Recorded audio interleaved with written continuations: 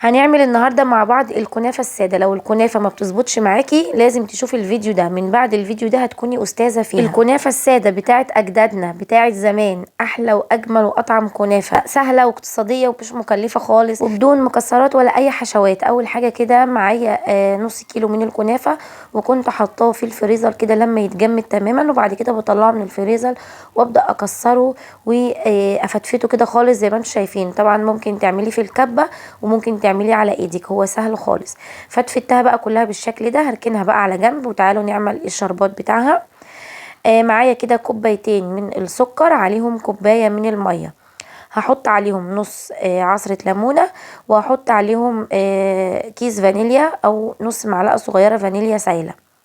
تمام، هرفعها بقى على النار كده لحد ما تبتدي تغلي. اول ما تغلي معايا ههدي عليها النار زي ما انتم شايفين اهو، ابتدت تغلي. ههدي بقى النار عليها كده وهعدلها بقى كده من بعد ما تغلي 5 دقايق، 5 دقايق بالظبط، ونطفي عليها. حطيت لها كمان قطعه كده من الزبده بتديها طعم حلو قوي، ولو عندك سمنه بلدي هتحط لها معلقه هتبقى حلوه جدا جدا. معايا بقى هنا كده معلقتين كبار من السمنه البلدي، ومعايا عليهم كام قطعه زبده، يعني كده ما يعادل كوبايه. نص كيلو الكنافه ده ياخد معايا كوبايه مليانه كده سمنه على زبده. انا حطيت سمنه على زبده، ممكن تحطي سمنه بس وممكن تحطي زبده بس، لكن طبعا الكنافه بتتعمل بالسمنه البلدي بتكون حلوه جدا. حطيت سمنه على زبده زي ما شفتوا، وسيحتهم كده على النار، وبدات ارشها كده على الكنافه، وبدعك الكنافه واغلفها كويس جدا جدا بالسمنه لحد ما كل فتفوته كده في الكنافه تتشرب معايا من السمنه دي كويس قوي. الكنافه اتشربت معايا كده، هجيب بقى صينيه ودهناها سمنه كده حلوه قوي زي ما انتم شايفين، وهبدا بقى ان انا ارص فيها الكنافه وهسويها كويس قوي، وما اخليش فيها حته عاليه وحته واطيه. اساوي الكنافه كده وبعد كده اطبطب عليها بايدي لما احس ان الكنافه كلها تحت ايدي كده متساويه وقد بعضها. بعد كده بقى هروح ادخلها على فرن سخن، هحطها على الرف الاوسط درجة حرارة متوسطة لحد ما تبتدي تاخد لون من فوق ومن تحت. لو هي احمرت، يعني اول ما نلاقيها استوت واحمرت من تحت، بنلاقيها كده سابت من الجناب وقلت شوية، والجناب بتاعتها كلها داير ما يدور كده احمرت، خلاص كده بتبقى احمرت وخدت لون من تحت ومن الجناب. هبتدي بقى لو الوش محمرش احطها تحت الشوايه شويه، وبعد كده نطلعها. طبعا واحنا حاطينها تحت الشوايه ناخد بالنا جدا لان الكنافه بتتلسع بسرعه. زي ما انتم شايفين جبت صينيه وضغطتها كويس قوي كده عشان تبقى متساويه، وكل ما الكنافه بتبقى متساويه بيبقى شكلها مميز كده وبتبقى شكلها حلو. خلاص كده شفتوا سهله ازاي.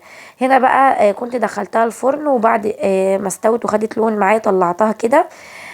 سبق وقلت لكم خدوا بالكم علشان الشوايه ساعات بتسرقنا، فالشوايه لسعتها لسعه بسيطه قوي مني كده، بس هي مش قوي يعني، بس لو كنت صبرت عليها شويه كمان كانت اتحرقت، لكن الحمد لله لحقتها. طلعتها بقى، انا هبتدي ان انا اقطعها. انا هنا قطعتها وهي سخنه، طبعا انت هتسيبيها لما تبرد خالص، هتسقيها بالشربات بتاعها. طبعا اول ما تخرج من الفرن السيرب بيكون بارد والكنافه بتكون سخنه، لازم يكون السيرب او الشربات يكون بارد. تسقيها بيه وتستني لما تبرد، وبعد ما تبرد تبداي ان انت تقطعيها. بقت الكنافه معايا بالشكل ده. طبعا تقدري تقدميها كده زي ما انت، زي ما هي ساده كده، وتقدري بقى تزينيها بشويه سوداني مجروش او شويه جوز الهند. لو ما عندكيش خلاص مش مشكله، هي طعمه وجميله وحلوه جدا جدا كده وهي ساده مقرمشه. العسل بتاعها مظبوط. عايزه اقول لكم في منتهى الجمال، جربيها بالطريقه دي سهله واقتصاديه. نص كيلو كنافه هتاخدي عليه كوبايه من السمن، بقى جاهز معاكي احلى واطعم صينيه كنافه. شايفين الجمال. عايزه اقول لكم والله طعمها حلو جدا جدا، مقرمشه مش طريه ولا معجنه ولا اي حاجه، مقرمشه كده وطعمها حلو جدا، والسكر بتاعها مظبوط او العسل بتاعها مظبوط. زي ما انتم شايفين مش مكلفه حاجه خالص وما خدتش وقت ولا مجهود، وعملناها في 10 دقايق. ما تنسيش بقى تحطي لايك للفيديو، واسيبكم في رعايه الله وحفظه، مع السلامه.